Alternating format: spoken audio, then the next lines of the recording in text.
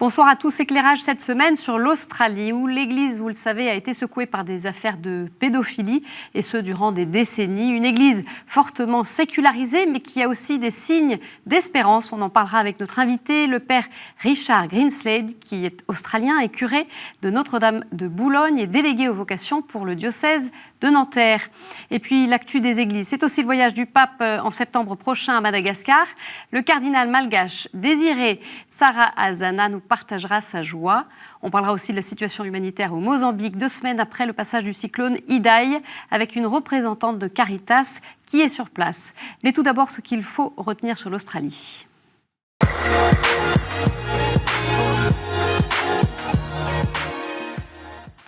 L'Australie est un pays de l'hémisphère sud dont la superficie couvre la plus grande partie de l'Océanie. L'Australie comprend également la Tasmanie ainsi que d'autres îles des océans austral, Pacifique et Indien. Les aborigènes présents depuis 50 000 ans sont les premiers humains connus pour avoir peuplé la partie continentale du pays. Alors sur le plan politique, il s'agit d'une monarchie constitutionnelle et d'un royaume du Commonwealth. Le chef de l'État est la reine Elisabeth II, représentée par un gouverneur général. La population est d'environ 24,5 millions d'habitants, la capitale Canberra. Côté religion, selon le dernier recensement du Bureau australien des statistiques en 2016, eh bien, les catholiques représentent 22,6%, les autres confessions chrétiennes 29,6%, les autres religions sont autour de 8,7%, parmi lesquels les bouddhistes et les musulmans. Et puis, ce chiffre marquant, 30,1% qui se déclarent sans religion. Alors, il faut dire que l'Église a été secouée durant des décennies par des affaires de pédophilie. C'est une commission royale australienne créée en 2013 a mené une vaste enquête sur toutes les institutions en contact avec les enfants, parmi lesquelles l'Église. Et son rapport publié en 2017 avait révélé que 7% des prêtres australiens, prêtres catholiques, avaient fait l'objet d'accusations d'abus sexuels sur des enfants entre 1950 et 2010, sans que les soupçons ne débouchent sur des enquêtes. 4444 faits de pédophilie avaient aussi été signalés aux autorités de l'Église. Depuis, plusieurs évêques australiens ont été condamnés. On va en parler avec notre invité.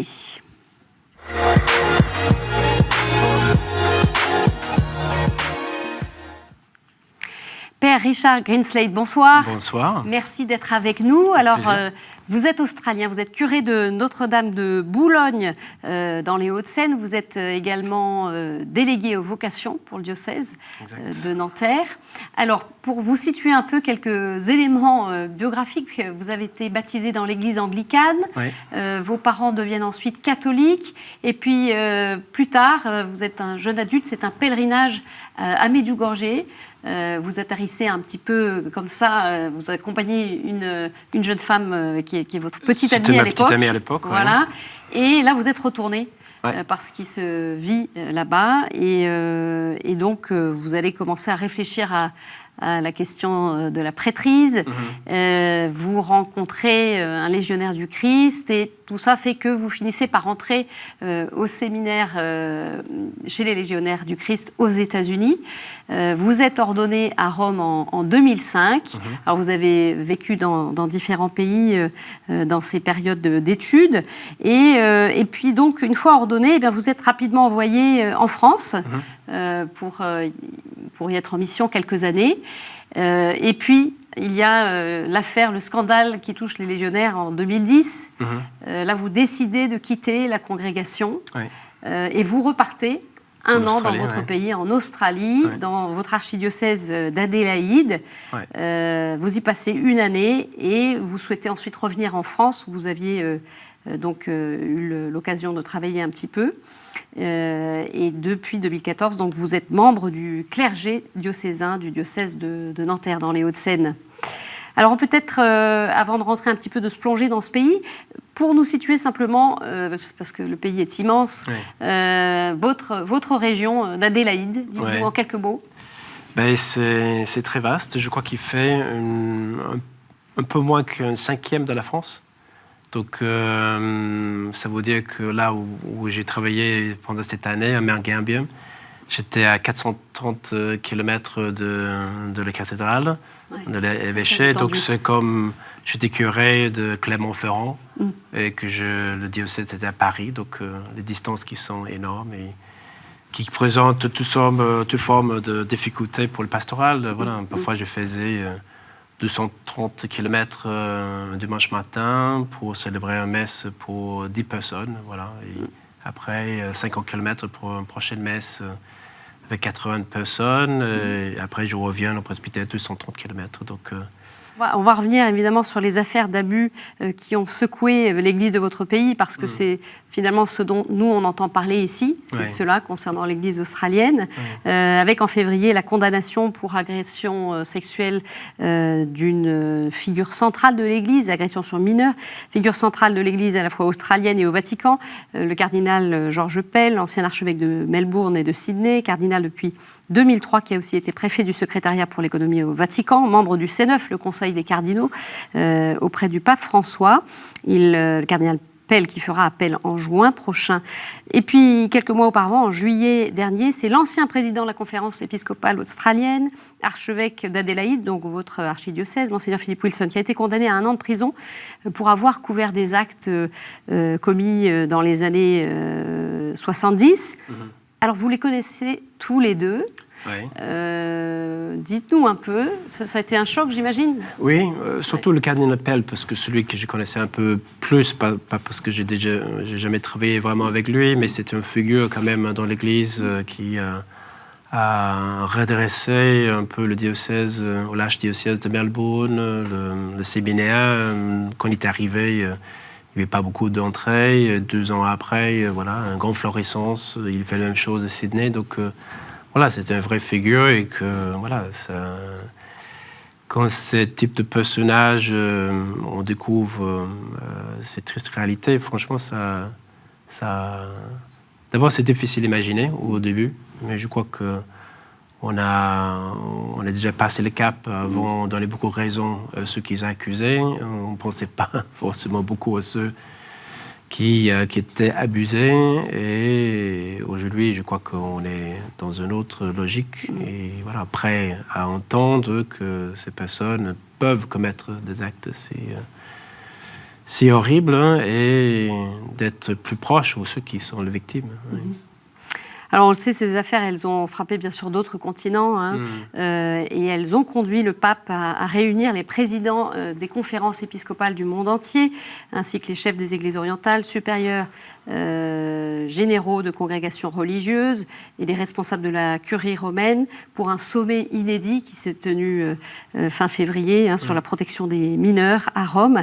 Et c'est à monseigneur Coleridge, président de la conférence épiscopale australienne, qu'a été confiée l'homélie de la messe de clôture de ce sommet, messe célébrée le 24 février. Monseigneur Coleridge a insisté sur l'engagement sans faille que devra prendre l'Église pour lutter contre les abus, une mission qui n'exige pas, je cite, seulement des mots justes, mais une réelle action concrète. On en écoute un extrait. Nous ferons tout ce que nous pouvons pour amener la justice et guérir les survivants d'abus. Nous les écouterons, nous les croirons et nous marcherons avec eux. Nous nous assurerons que ceux qui ont abusé ne soient plus jamais en mesure d'offenser à nouveau. Nous demanderons des comptes à ceux qui ont dissimulé des abus. Nous renforcerons les processus de recrutement et de formation des responsables de l'Église. Nous éduquerons tout notre peuple à ce qui requiert la protection. Nous ferons tout ce qui est en notre pouvoir pour être sûrs que les horreurs du passé ne se répètent pas et que l'Église soit une place sûre pour tous, une mère aimante, spécialement envers les jeunes et les personnes vulnérables. Nous n'agirons pas seuls, mais nous travaillerons avec tous ceux qui se soucient du bien des jeunes et des personnes vulnérables. Nous continuerons à approfondir notre compréhension des abus et de leurs effets, des raisons pour lesquelles cela s'est produit dans l'Église et de ce qu'il faut faire pour que ce soit éradiqué. Monseigneur Coleridge qui parle bien sûr là au nom de l'Église universelle, pas simplement évidemment de son pays. Alors l'Église australienne, elle avait déjà pris des mesures dans les années 90 pour lutter contre les abus, et il y a eu après d'autres accusations pour des faits plus récents. Donc ces mesures, elles n'ont pas été suffisantes? Et qu'est-ce qu'elle a pris comme mesure? Apparemment non, mais moi j'étais là pas vraiment dans ces périodes-là, mais quand j'étais en 2010, il y avait toute une formation qui était obligatoire pour tous les prêtres. Vous en avez bénéficié aussi? Oui. Il s'agissait de quoi? C'est pour la protection des mineurs, aussi pas seulement par rapport aux prêtres, mais aussi de repérer les enfants qui peuvent être victimes d'abus, même à la maison ou dans leur entourage. Donc il y avait une vraie sensibilisation de cela. Aussi, pour célébrer le messe aujourd'hui, il faut voir le police qui font une enquête sur toi, etc. Tu veux voir, donc, il n'y a pas des antécédents, etc. Donc, ils prennent ça vraiment au sérieux. Vous avez le sentiment qu'il y a eu quand même des choses assez fortes qui ont été mises en place? Je veux quand même aussi le période où tous les abus qu'on a aujourd'hui, on ne sait pas qu'est-ce qu'il y aura demain. Mais 83% de ces cas, il s'agissait de faits de l'année 50 à 89. Et après, quand vous descendez les décennies, on est arrivé en 2000 et 2010. Vraiment, c'est presque, c'est jamais bien. Un seul cas suffit d'être un scandale, mais on voit quand même une décroissance. Donc, voilà. Est-ce que ça va être révélé plus tard, que les choses y sont... Peut-être aussi parce que le fait que l'Église écoute plus facilement aujourd'hui, qu'ils sont entendus et crus, peut-être les personnes qui sont victimes, ils sont plus près, ça libère la parole. On va peut-être découvrir d'autres choses, j'espère avec tout mon cœur que non. Mais voilà. Mais si ce qu'on sait aujourd'hui, elle est descendue et voilà, ils sont en démarche que pas seulement en Australie, mais plein de pays ils ont besoin d'entreprendre pour justement pour répondre à cet appel de Monseigneur Coleridge que l'Église soit une mère aimante, qu'aucun enfant ne sera jamais en danger et que la confiance se réinstalle vis-à-vis des clergés, parce que vous l'avez senti, cette perte de confiance, parce qu'on voit l'Église en perte de vitesse, mais comme dans beaucoup d'autres pays occidentaux. Mais voilà, quelle impression vous avez eue à ce sujet-là, sur cette année où vous étiez là-bas? Le regard sur les prêtres. Le regard sur le prêtre, déjà, on n'est pas beaucoup. Donc, non, je ne sentais pas un manque de confiance comme tel.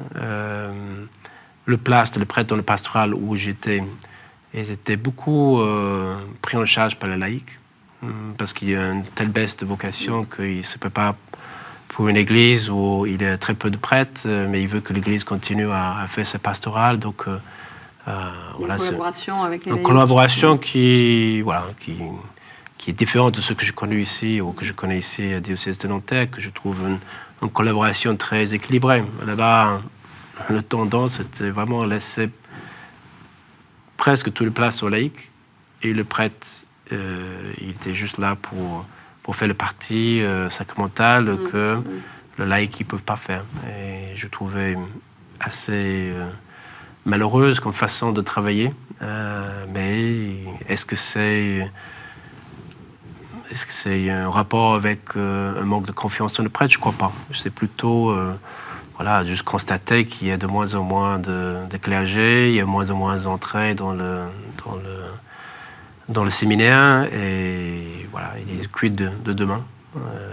Cela dit, il y a une génération de jeunes prêtres qui commencent à arriver, qui viennent d'être ordonnés, qui sont très dynamiques, ils ont plein d'idées, etc. Et je crois que c'est là aussi une façon de redynamiser, et dans leur paroisse, ils sont partie prenante de tout, de trouver cet juste équilibre dans le pastoral.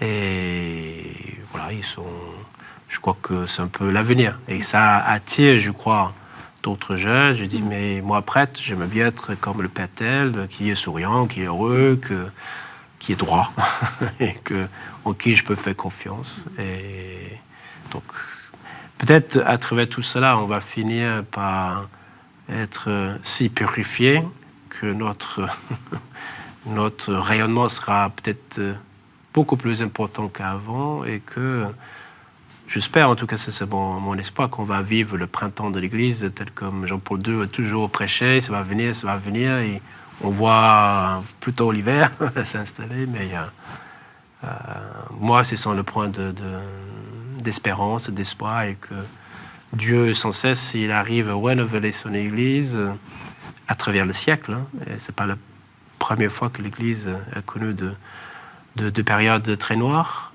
Mais il est sorti, plutôt florissante. Donc j'espère que on va travailler pour ça. Donc, Pour parler un petit peu effectivement de votre année là-bas, vous parliez de ces grandes distances pour rejoindre des paroisses. Ouais.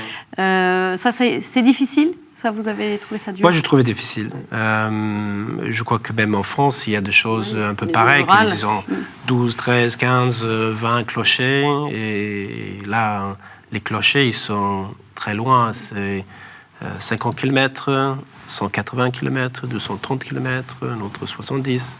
Donc, parce qu'il faut faire le tournée, tu passes beaucoup de temps dans ta voiture.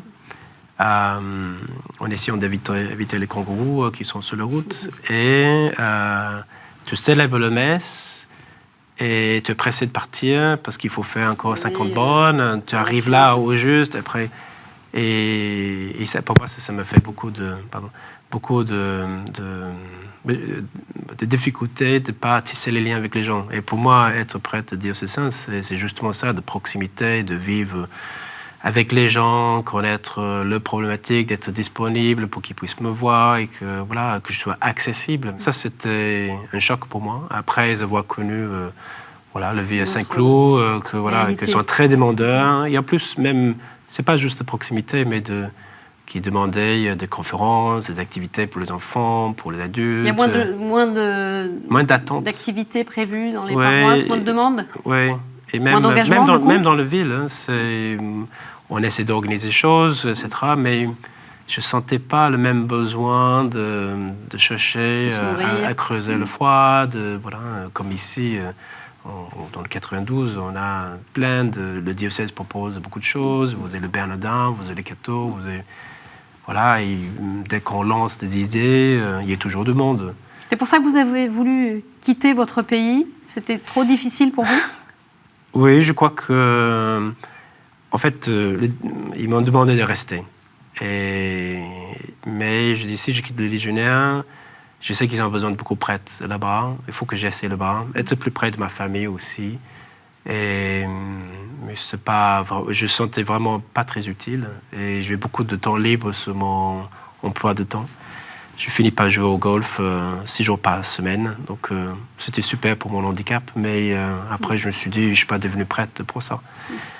Et j'avais une vraie nostalgie de le travail que j'ai connu dans le 92. Donc, et ça n'a pas manqué. Dès que je suis arrivé, on a débordé avec les scouts, l'aumônerie.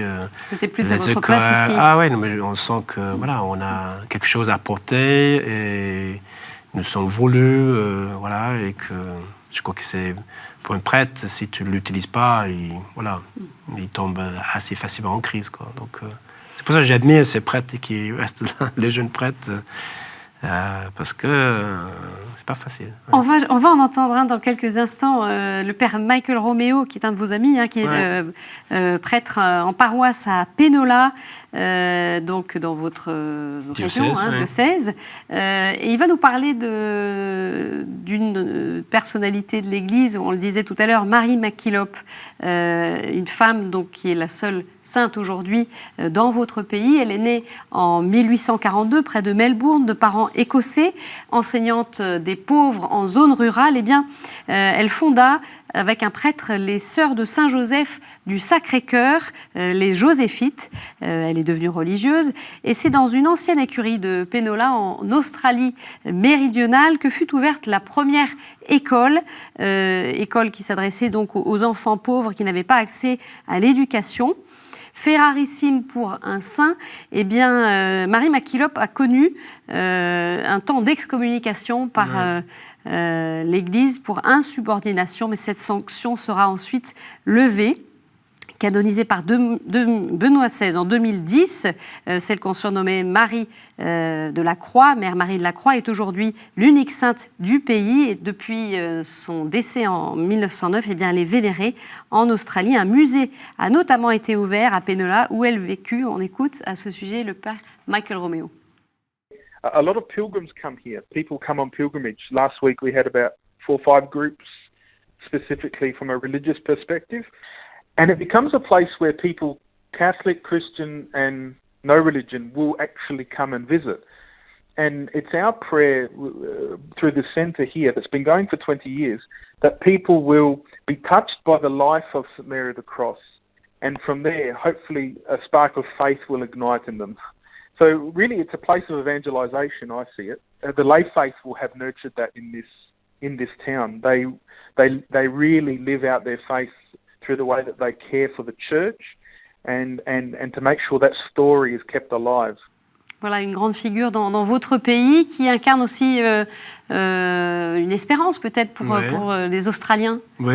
Et en plus, le système scolaire catholique en Australie, il est très très répandu. Donc c'était là que c'est des figures comme ça qu'ils ont lancé une façon de travailler l'Église a beaucoup grandi grâce à elle et ceux qui sont suivis après. Voilà, donc tous les autres missionnaires qui sont venus de tout le pays, les Salésiens, les Maristes, et j'en passe, il y a beaucoup qui ont fondé des communautés, surtout avec une école catholique. Et c'est comme ça, beaucoup de l'Australie est évangélisée.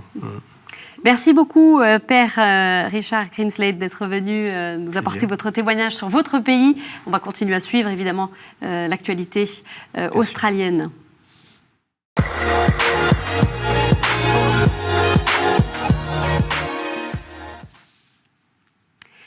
Deux semaines après le passage d'Idai, le 21 mars dernier au Mozambique, la Caritas est en première ligne pour organiser l'aide humanitaire. Le cyclone a causé de graves dommages à Beira, dans le nord-est du pays, la deuxième grande ville, et fait plus de 500 victimes. L'ONG catholique tente d'acheminer une aide alimentaire pour plus de 1600 familles et 8000 bâches pour construire des abris temporaires. Le passage sur les routes s'améliore doucement, même si l'accès aux zones touchées reste difficile, comme nous l'explique Caroline Brennan, responsable de la communication de Caritas pour les opérations liées à Idai, jointe par Gabriel Kerry. Everybody talks about the need for food, and it's not only because all of their household assets, everything that was in their home is totally destroyed, from their food to their clothing to their just things they owned, but also because the crops were destroyed. So this is the time when you're harvesting maize and the land is completely saturated. The corn that's come up is just absolutely spoiled, although people are still trying to either eat or sell it, but it's useless, it's spoiled. And so they've lost their food reserves that they had in their home, they've lost their money, their income, their homes themselves, and then they lost their crops. So food is the top priority, and then support for rebuilding homes that have been just really devastated. There's just no homes where homes existed before, or the damage is so severe and people just don't have the means to recover. People also talk about the need for clothing. They've been in the same clothing for a few weeks now, and then just essential like living supplies. But absolutely, food is the top priority. 50 000 € ont été débloqués pour l'aide d'urgence et le soutien à la Caritas locale, mais l'association a encore besoin de dons pour la soutenir. Un site internet qui s'affiche sur vos écrans. Du 4 au 10 septembre prochain, le pape François visitera successivement le Mozambique, Madagascar et l'île Maurice. À Madagascar, le thème choisi est semeur de paix et d'espérance. Et de l'espérance, eh bien, il en faut pour ce pays de l'océan Indien qui affiche un taux d'extrême pauvreté autour de 76% en 2017. La moitié des enfants de moins de 5 ans souffrent de malnutrition chronique et à chaque hiver austral, le pays connaît une épidémie de peste.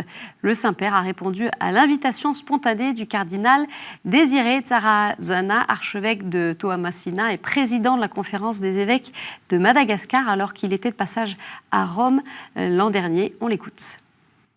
L'année dernière, à le bureau de la conférence épiscopale, nous étions à Rome pour visiter le Saint-Père. Il nous a reçus et puis on lui a demandé face à face comme ça notre désir. Et puis il a dit « j'y viens ». Et puis après, notre président aussi ici a fait une demande. Et puis voilà, c'est l'annonciature maintenant qui nous a annoncé bon sa venue. Avec tout le peuple malgache, nous sommes vraiment contents de cette bonne nouvelle. L'arrivée de Pape François nous donne encore de courage parce que vraiment nous traversons beaucoup de problèmes là, de difficultés économiques surtout. Et puis même de la vie sociale, hein, et la corruption et puis l'insécurité, vraiment c'est un problème pour nous. On attend vraiment du pape sa parole pour aller de l'avant. Voilà, c'est la fin de cette édition. Merci de l'avoir suivie. Vous pouvez bien sûr la retrouver sur notre site internet et nos réseaux sociaux. Très belle semaine à tous. On se retrouve mercredi prochain. Au revoir.